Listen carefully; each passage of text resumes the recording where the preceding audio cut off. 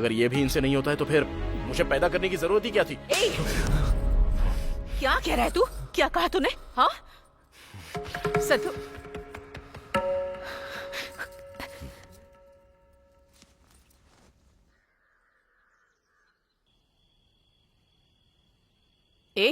तू यहाँ पर है? पूरे घर में ढूंढ कर आ रही हूँ तुझे। ये ले, खाना खा ले। नहीं चाहिए। ऐसे कैसे चलेगा? सुबह तेरे पापा ने मना किया तो तूने गुस्सा किया, अब तू मना करेगा तो मैं भी गुस्सा करूँ क्या? मैंने थप्पड़ मारा इसलिए नाराज है क्या? वो बात नहीं माँ, अगर अभी ये 20 लाख देंगे तो कल महीने में 2-3 लाख आएंगे ना, फिर 20 लाख चुकाने में देरी कितनी लगती है ये समझे बिना ही।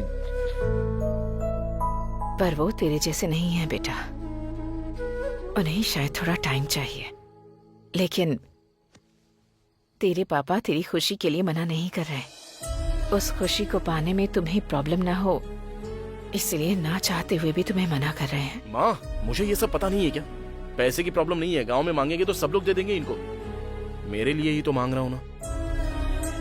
हाँ अपने लिए ही मांग रहे हो, लेकिन मांगने के बाद गांव में तुम्हारे पापा की इज्जत के बारे में सोचा है कभी तूने?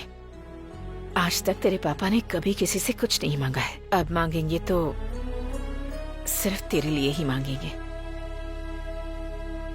ठीक है वो सब छोड़, पहले खाना खा ले। नहीं चाहिए मुझे, भूख नहीं है। भूख है या नहीं मुझे नहीं पता है क्या? रुक मैं ही खिलाती हूँ। अपनी भूख के बारे में मुझे मत बता। नहीं माँ। ले खा खा। बस हो गया।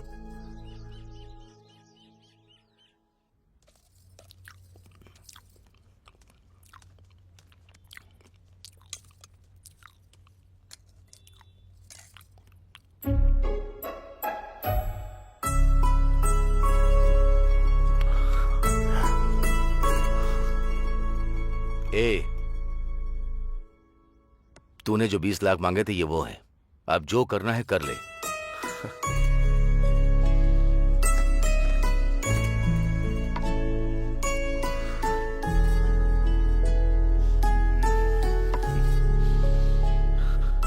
खुशी बस थोड़े समय के लिए होती है, वो तुम्हारे चेहरे पर नजर आ रही है, तुम्हारी आंखों में दिख रही है,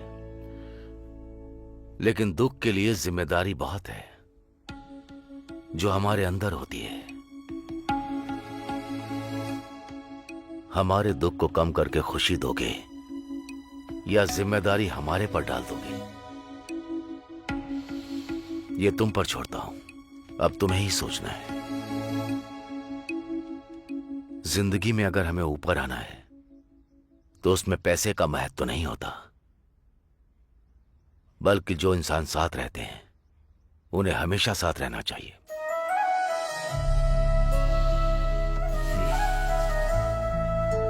एक बात याद रखो, पैसा खर्च करना आसान है, लेकिन उस पैसे को कमाना बहुत मुश्किल है। मैंने तुम्हारे लिए उधार लिया है, तो उसे चुकाने तक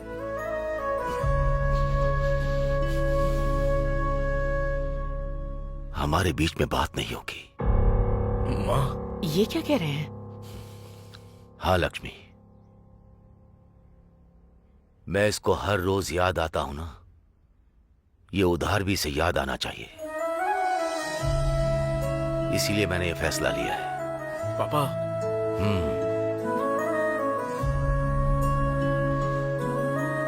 मेरा निर्णय नहीं बदलेगा।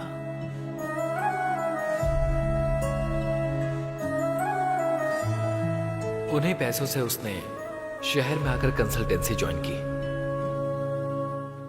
एक हफ्ते तक सब कुछ ठीक चल रहा था और फिर एक दिन अचानक। रिपोर्टर कृष्णा, अब हम यहाँ पर पहुँच चुके हैं। यहाँ की स्थिति बहुत खराब दिख रही है और एक बोगस कंपनी फॉरेन कंट्रीज में जॉब दिलाने की भी बात कही और स्टूडेंट्स दर दर भटक रहे हैं। आप देख सकते हैं। सर एक बार अंदर जाने दीजिए, सर प्लीज एक बार अंदर जाने दीजिए। कौन है ये? अरे आप लोग को समझ में क्यों नहीं आ रहा? चलिए अंदर जाने दीजिए। अगर कोई शिकायत है तो पुलिस स्टेशन में जाइए।